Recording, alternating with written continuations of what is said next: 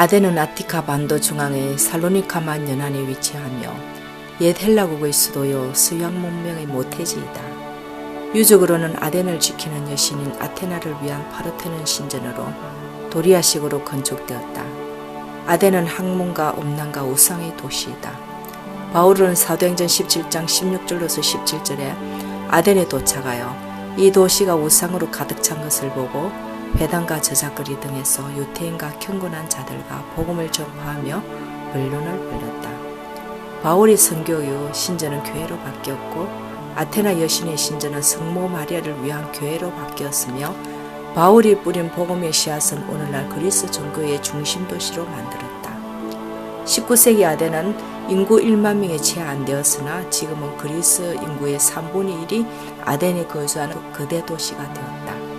기독교 유적으로는 바울이 사도행전 17장 22절에 아덴 사람들아 너희를 보니 범사에 존귀성이 많도다라며 선포한 아레오바고 언덕이 있고 바울이 아덴에 머무는 동안 에피쿠로스 학파와 스토아 학파와 논쟁을 벌인 피닉스 언덕이 있다.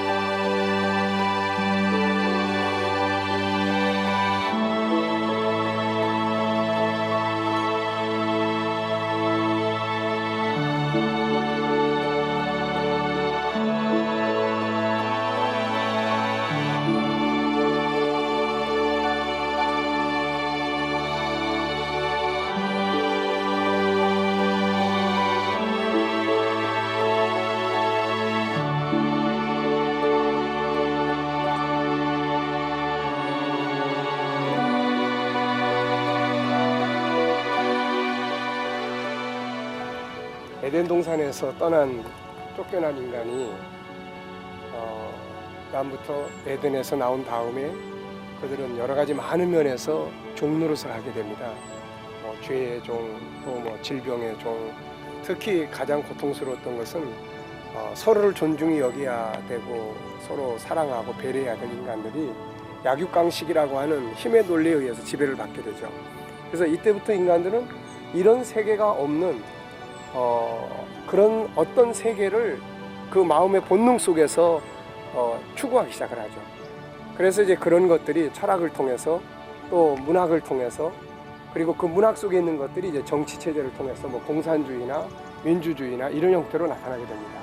예, 여기는 바로 인간이 본능적으로 추구하고 있는 그 자유, 그것을 세상의 정치 속에서는 민주주의라고 이야기를 하죠. 바로 그 민주주의의 시발점이라고 할 수 있는 바로 아덴에 있는 피닉스 언덕이라고 합니다.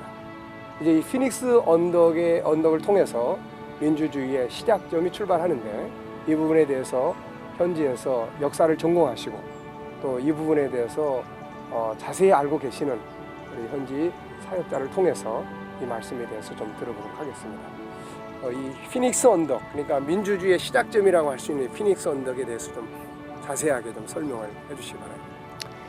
도시국가 이제 아테네가 기원전 한 8세기를 중심으로 해서 서서히 이제 도시국가의 형태가 등장을 하고 도시국가 아테네가 이제 기원전 6세기 정도를 중심으로 해서 이 도시국가의 어떤 국가로서의 그 정치적인 기틀을 잡아가기 시작합니다.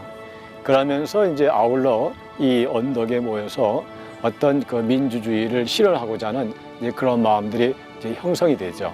그래서 이 푸닉스라고 하는 이 언덕에서 보통 그 어떤 그 왕이라든가 어떤 특정한 사람들에 의해서 뭔가 민주주의를 하는 것이 아니라 이 지방에 살고 있는 이 아티카라고 하는 이 지방에 살고 있는 그 6천 명의 시민들을 불러 모아서 물론 오고 가는 그런 왕복 교통비를 주는 상태에서 여기서 6천 명의 배심원들을 통해서 어떤 여러 가지 정치적인 토론과 회의를 하게 되는 장소인데, 기원전 6세기 이곳에서 이제 이 도시국가 아테네, 그리고 이제 서구 역사상 처음으로 이곳에서 민주주의가 실현되는 그런 장소가 됩니다. 그러면서 이제 우리가 잘 알고 있는 그 세미스토클레스라든가 페리클레스 같은 정치가이자 또는 이런 그 군인들이, 많은 그런 인물들이 이곳에서 모든 그런 그 투표, 즉 선출 방식은 어떤 개개인에 의해서 특정한 사람들을 선출하는 것이 아니라 어떤 그 다수결에서 원칙에서만이 이제 가능하다.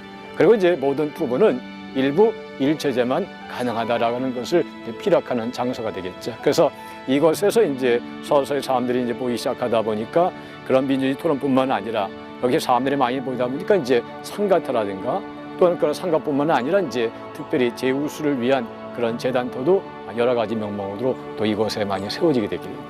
피닉스라는 것의 뜻이 피닉스라고 하는 것은 이제 우리가 말한 어떤 그 정시란 말에서 나오는 하나의 이제 이 언덕의 고유 명사가 되게 되죠. 그래서 우리가 많이 알고 있는 뭐 푸시케, 영혼 이런 말 자체가 이제 그리스에 나오는 하나의 파생어 가운데 하나가 되는 것이죠. 그럼 여기서 출발한 이 민주주의의 역사가 결국은 이게 유럽에 영향력을 미치면서 오늘날 세계 속에 민주주의 운동으로 이렇게 발전했다, 이렇게 볼 수 있겠네요. 그것이 이제 우리가 알고 있는 그 일반적인 그런 그 이론이 되겠습니다. 네.